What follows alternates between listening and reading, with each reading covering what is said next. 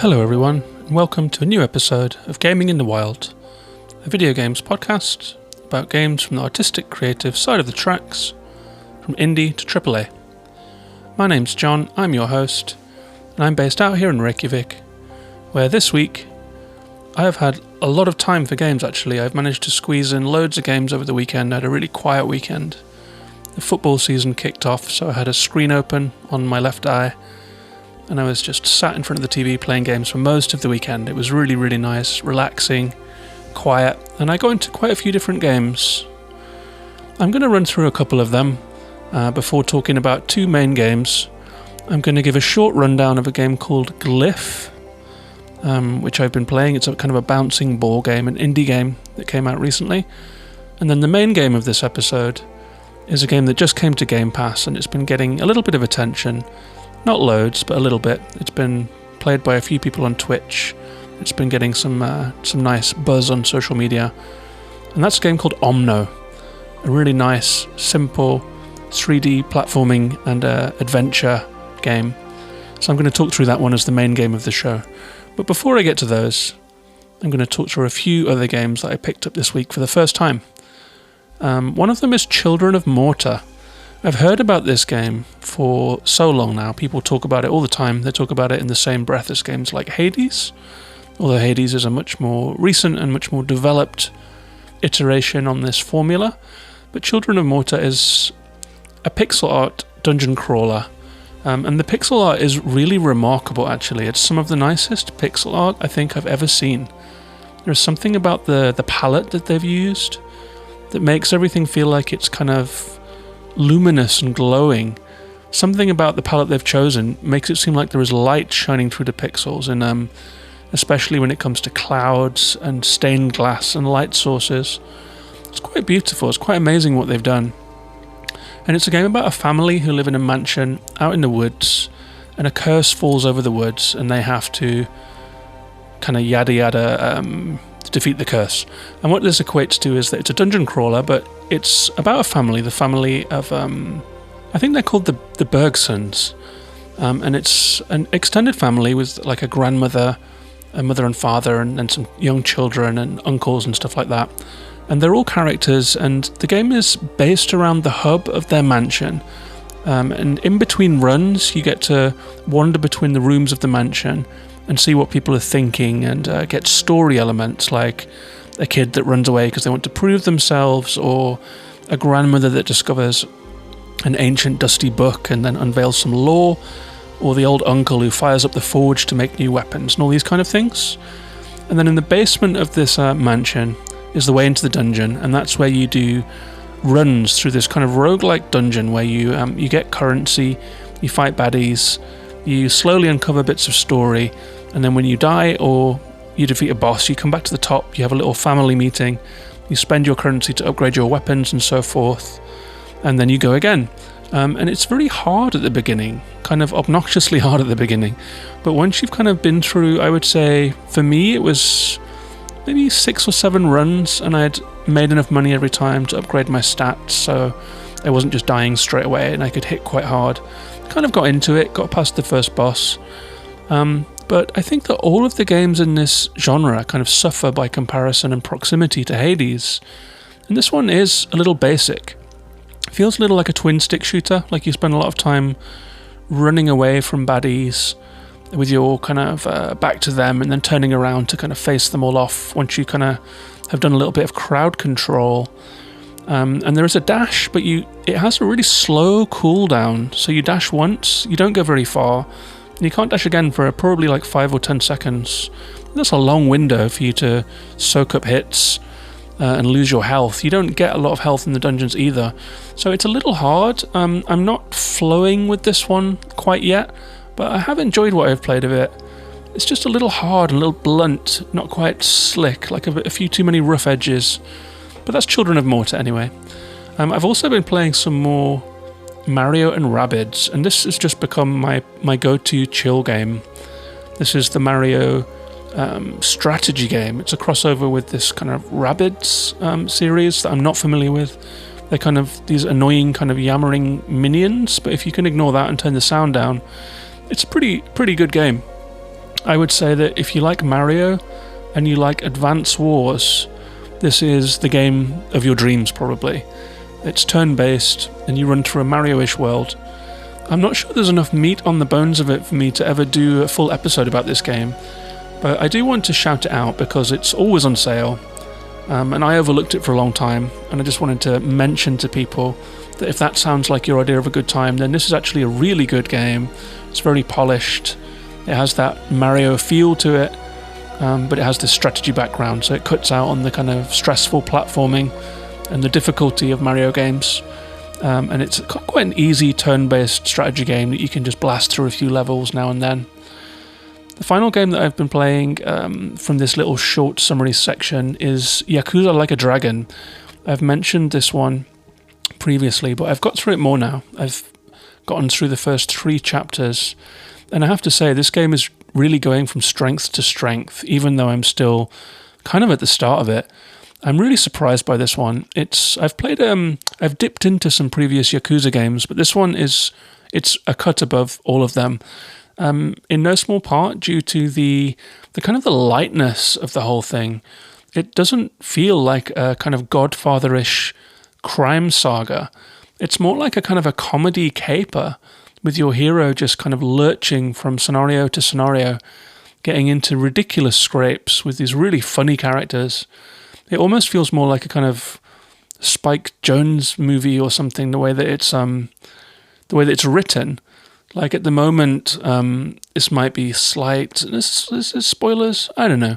Let's just say that my character's fallen upon hard times and is chilling with some homeless people at the moment. So I have kind of a party. It's a party-based, turn-based combat game with lots of running around and lots of narrative, lots of cutscenes. Kind of Netflixy. It feels almost like you're watching a really good Netflix show. But I have like a down-on-his-luck cop, ex-cop, and like a street guy in my party at the moment, and their attacks are hilarious. So you'll be playing in combat, and you'll power up, you'll get some new attacks, and the homeless guy in the party, for example, throws pigeon seed onto the enemy, and then pigeons swoop down and peck them into smithereens. And there's little touches like that where, rather than it just being very basic, like most JRPG type games are, it's all kind of swords and sorcery and spells. It has the same format, but it's just done with a little bit of imagination and a little bit of lightness of touch. And I'm just loving it. I'm really loving it. I love sitting down and spending a good 1 or 2 hours on it every time. The sessions just go by in a flash. The story is fantastic, and for a game with so many cutscenes, it's high praise that I can sit and watch 10 minutes of cutscenes, not get bored, not put down my controller, and just be transfixed by the way the story is unfolding. It's a really great game. And I do also want to mention a game called Glyph. This is a game that came out this year on Windows and Switch. It's by a Danish studio, a 3-person studio called Bolverk. And it's a kind of a 3D action puzzle game in which you play a bouncing ball in a desert, like the ruined kingdom in a desert. Kind of basic looking, low poly looking. And you bounce along and you can roll, you can bounce, you get momentum, and you bounce on stones, but if you fall onto the sand, you die.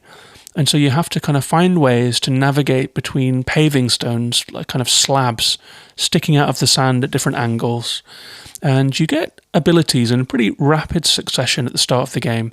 You get a double jump, you get a kind of a maneuver where you bounce down hard into the ground and then bounce higher, and you can double jump from there so you can get more elevation. And you get another ability where you can kind of open your shell because you're kind of an insect as well as being a ball, and you can kind of fly forward in a straight line. And so when you chain these moves together, you get quite a mobile main character where you can double jump, bounce down hard onto a stone in the middle of nowhere, double jump again, and then fly and cross these quite large distances and quite interesting vertical spaces. So it feels kind of old-fashioned in a way. I think there have been these kind of rolling ball games and bouncing ball games sort of stretching back as far as kind of video games go almost, you know. I think I remember playing games like this on the Amiga, like way back in the 90s. And so it has a very strong retro feel to it. There isn't an awful lot more to say about this one. I was sent it by the developer, It's not a game that I'm going to give a whole episode to, but I do want to give it a mention and thank them for sending me a copy. I had fun dipping into it, and if you want something kind of light and easygoing with not that much to it, just something to kind of occupy your time, Glyph is kind of fun. It has a story as well. You kind of get little bits of lore about the kingdom that you're bouncing your way through. I didn't entirely click with this one. I struggled sometimes to see where I was in the air in relation to the target I was falling towards, and my eye kind of wandered between looking at the ball, looking at the shadow of the ball, and looking at the landing area, and I would often just kind of face plant into the sand, like I couldn't quite get my head around the 3D space.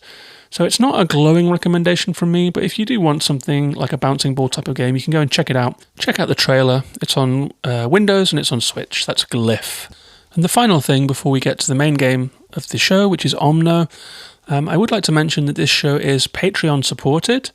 So if you enjoy this show, whether it's your first episode or whether you're a long-time listener, I really, really, really appreciate my patrons. You can become a patron of the show for $1 a month. And for that, you get access to the show's Discord to talk to other listeners and me and some other friends and gamers about what you're playing. We all share screenshots, we share recommendations, we talk about new games that have come out. You'll get sale recommendations. I kind of comb through the sales and recommend a few games that are on sale. You'll also get occasional extra episodes. I'm about to record one about video game music. I've got all of my files set up and I'm all set up to record this weekend. So for $1 a month or $3 or $5, you can become a supporter of the show. All of the money goes right back into the show. I used some of the proceeds, my Patreon proceeds this week to buy gaminginthewild.com. So I now have a domain name that leads to the podcast's webpage. So I do plow all of the Patreon money straight back into the podcast for equipment and little things like that. And I really appreciate it. It's patreon.com/gaminginthewild if you're interested in supporting the show. Thank you to all of my patrons and thank you to you if that's something that you're interested in. And with all that out of the way, let's move on and talk about the featured game of the episode, Omno.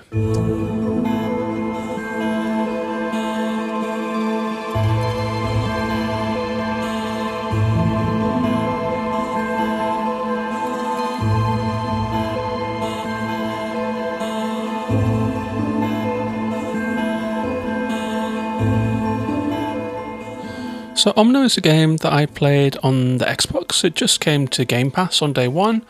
It's a 2021 game by Jonas Mank, aka Inky Fox Studios, and published by Future Friends Games.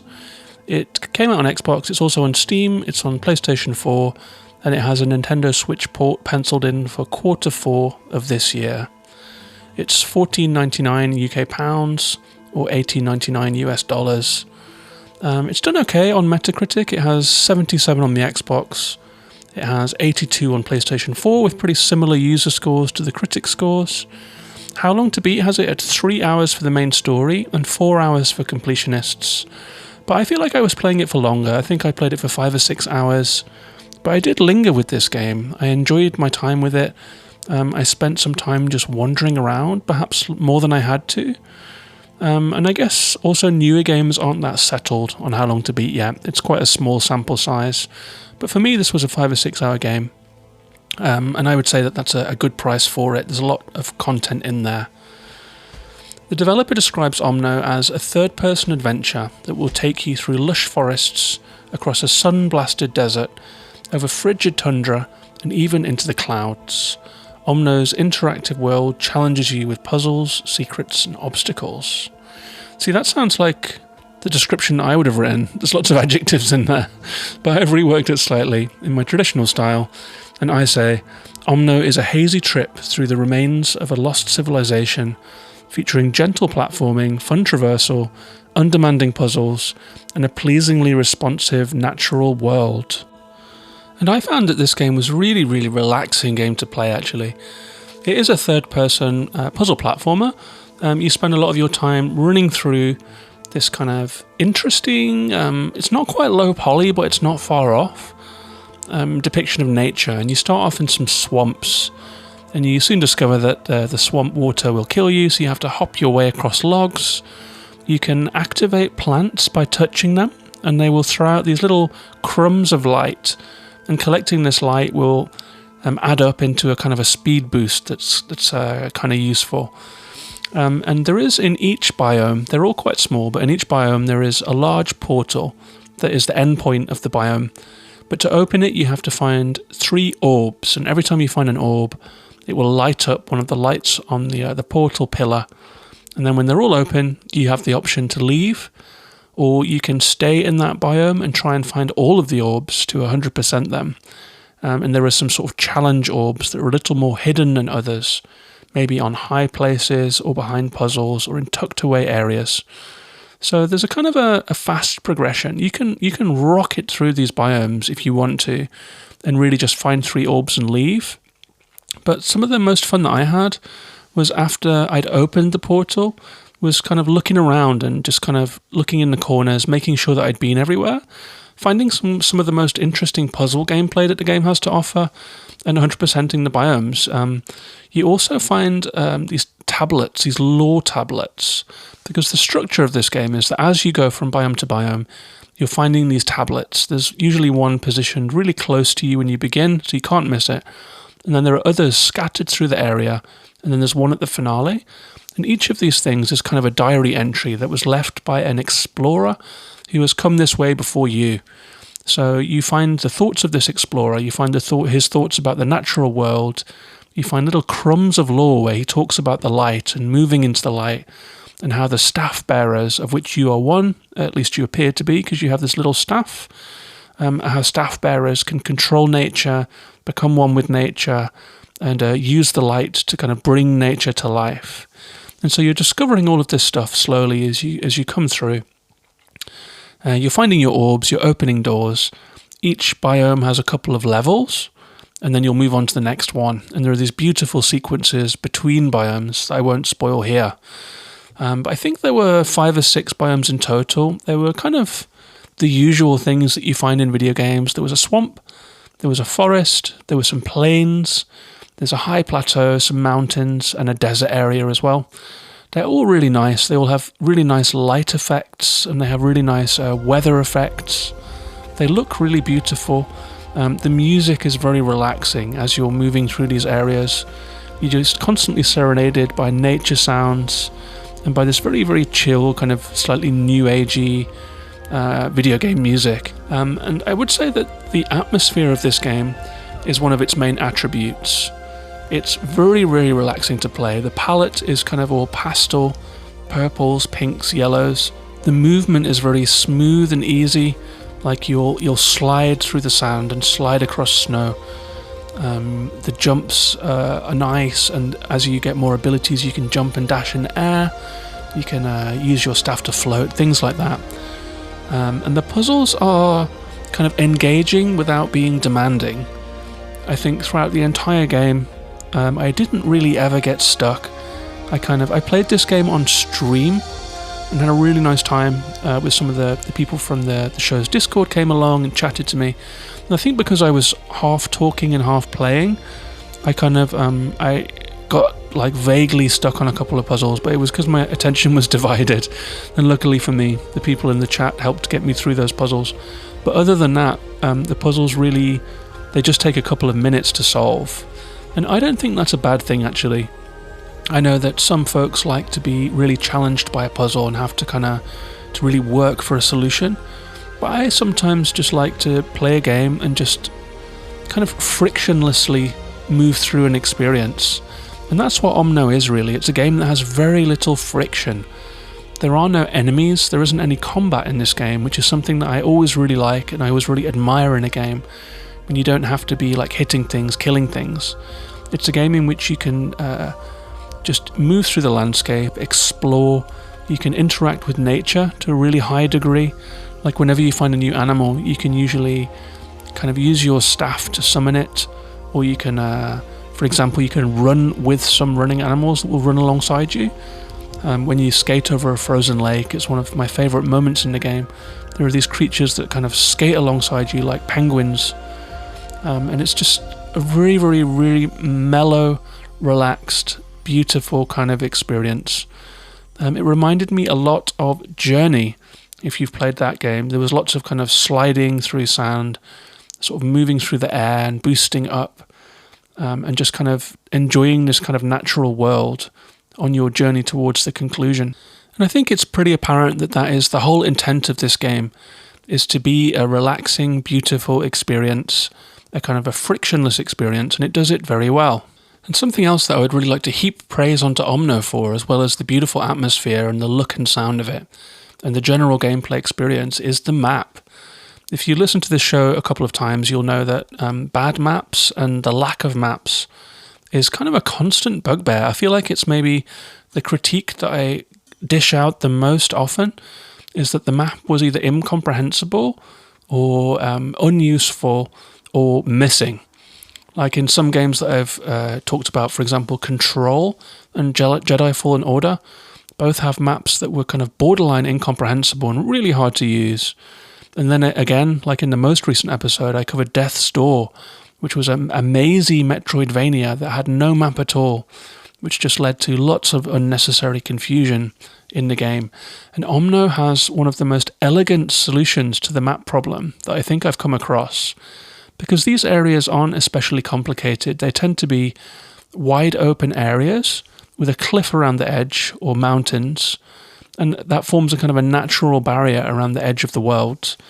But they are big enough that sometimes you might wonder where that last orb is that you need. And so in Omno, as you're moving through each area, you'll find a kind of a plinth where you can kneel down, meditate, and then you've got the map for the area. But rather than being a map where it opens in a separate screen, or it's a screen overlay, or it's in a menu, in this game, your character, who I guess might be called Omno, I'm not sure, it's never really specified. Let's call him Omno, but Omno holds up the staff, and then a kind of a disc of light appears at the top of the staff, and it shows where the orbs are in relation to you. There are no other map features on it, so you might hold up your staff, the disc appears, and then you know that to the northwest of where you're standing there is an orb, to the east of where you're standing there is an orb that you've already collected, and to the south, and then to the southwest there is another orb that you're yet to collect. So the orbs are lit up or dulled out based on whether you've collected them. And that's really all the information that you need to traverse this world. If you need a little bit of guidance or a little prompt, you just hold up your staff. You're not even snapped out of the gameplay, and you can just see in which direction you're supposed to head. And then the worlds are kind of cleanly designed enough that you just head towards that and you'll find it. Sometimes they might be up on a high platform that you have to puzzle your way up to, but you at least know which direction it's in. And so I really want to give a little bit of appreciation for that elegant and well thought out map system. It's such a common downfall of games, of otherwise great games, and Omno just absolutely nails it. And I think that is the main takeaway I have from this game, is that while it doesn't break any new ground whatsoever, it does everything very well. So the traversal is great. It's kind of a normal run speed. The jump is fine. You can catch on to ledges in a way that feels very good, like it's quite generous. So it's not often that I fell to my death in this game. He would usually catch onto a ledge, or I would be able to dash across, or, I felt that the jumping was pretty good. A friend of mine wasn't so fond of the jumping, but I found it to be really intuitive and really well implemented, the traversal generally. There is this kind of snowboarding or sliding maneuver that you can do too, and that also felt great. It wasn't kind of incredibly refined, like when you hit things, you just kind of stop, or if you turn too hard, or if you go uphill, like it doesn't feel like it's polished to a high sheen, but it just works. And it's the same with all of the aspects of Omno. Like the puzzles, they aren't incredibly complicated, but they're engaging enough for you to have to think about them just enough to kind of ease your way past them and get on to the next area. And again, the animals, like the range of animals that you encounter, they're just there for fun, really, for it to be nice. Like you'll find animals that fly, you'll find plants that respond to you. There's lots of little bits and pieces of puzzles and little interactive segments. And all of them add up to a really pleasant, well-designed, considered game experience. So whilst it's not groundbreaking, it does everything so well that I think that it's worthy of praise. Where usually in a review of a game, I will remark about a couple of things that were rough around the edges. In Omno, it was all pretty good, it all did what it was supposed to do. I actually really enjoyed my time with this game. It's very well put together. If I was pushed to pull out anything to criticize it with, I would only really say that there are some kind of edge of the world moments where you feel like you should be able to, for example, I think a couple of times I clambered up onto rocks that maybe I wasn't fully supposed to be on, like it wasn't playable area, but I'd managed to find my way up there just because I'm, a curious player, as we all are. We like to try and explore the corners. And I hit a few walls where I was just running against an invisible wall. So there were a few areas where the freedom of traversal led to you being in places that you probably weren't supposed to be. I would say also that in terms of secrets, I feel like there could have been more, actually. I think I was being very curious as I was running around, like finding little nooks in cliff sides and finding little ledges that I could only just reach with a jump and a dash or a floating down onto, and expecting to find secrets. And often I found that there was nothing there. So I think there could have been more secrets tucked away. But honestly, these are really small criticisms.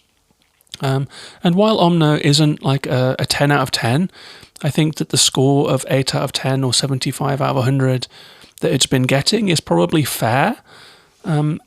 It's a quality game, It's just a good game. I really enjoyed this one. If you're on Gamepass, I recommend you give it a try. If you're a fan of Journey and Abzu, and even like old 3D platformers like Spyro and stuff like that, it's like somewhere in between, like those classic 3D platformers, and then a modern sort of relaxing indie experience like Journey. A really nice mellow game. I enjoyed it. That's Omno.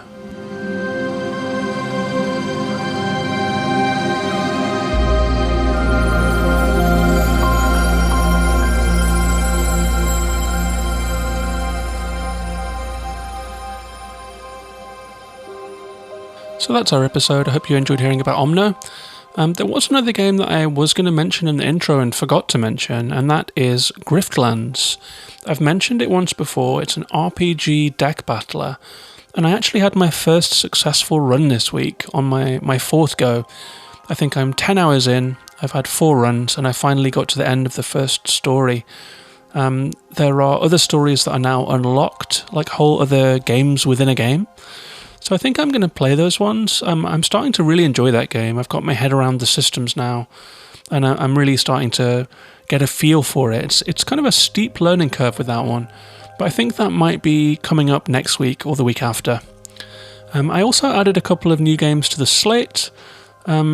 This week, 12 Minutes is going to be released. That's a game I've been looking forward to for quite a while. It's coming out on Gamepass and PC, I believe.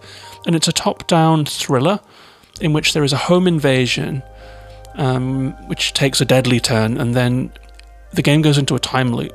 And you are pre-armed with the knowledge of the last time loop, and you can behave differently in each time loop and try and find a way to kind of prevent tragedy in this time loop home invasion situation.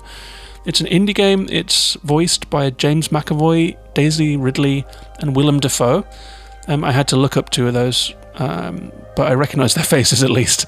I think Daisy Ridley was in the new Star Wars movies. Willem Dafoe, I know, and James McAvoy, I'm not sure what I've seen him in. I think he was in some of the X-Men movies or something.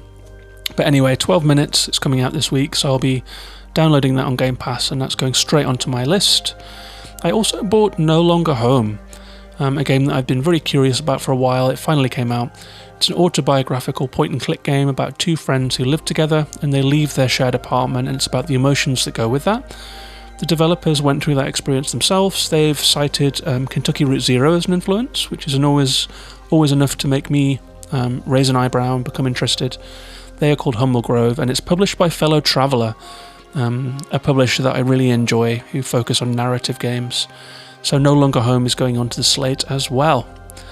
And that's all for this show. I hope that you enjoyed it. I've been on Twitch lately, so if you'd like to come and hang out with me on Twitch and see me streaming games, that's at twitch.tv/gaminginthewild. I'm also on Twitter. I talk there every day. It's Gaming in the Wild on Twitter, same on Instagram, same on YouTube. You can find all of those links at gaminginthewild.com, which is the new URL that I bought using my Patreon's supporter money. And if you would like to contribute to that and to help me out with the show, I really appreciate it. It's patreon.com/gaminginthewild if you're interested in that. I'll be back next week. Take care of yourselves and each other. Bye-bye for now.